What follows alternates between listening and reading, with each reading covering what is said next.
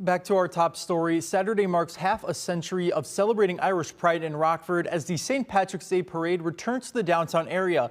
WIFR's Rajendran talks with people who say this parade's become more than a celebration. It's a tradition of bringing the community together year after year. Just look around. It's our 50th anniversary parade. We've done this for 50 years.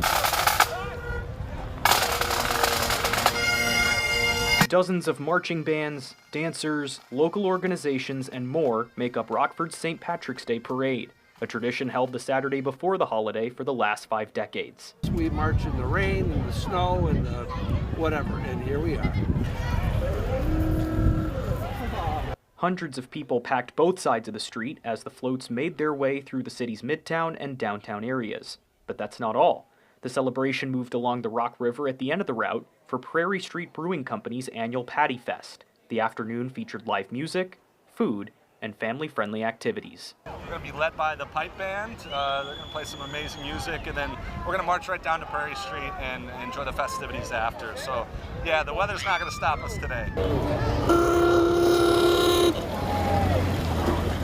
The Irish Marching Society was one piece of Saturday's live entertainment. Society President Tyler Pickering says this celebration turned into a tradition, bringing people from across the state line together.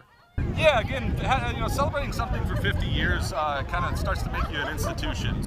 Seeing the families come and march and the kids, that's what it's all about. It's quite a lot of people. You can't find parking for streets here, so I think it's exactly what we were looking for. Prairie Street manager Penny Ampinen says the Patty Fest after-party was a true celebration of Irish culture in Rockford. Well, I think we're bringing all the traditional things here, so of course we've got plenty of beer and great beer at that. We got Irish music going on, we've got Irish traditional food. In Rockford, Rajendran, WIFR News.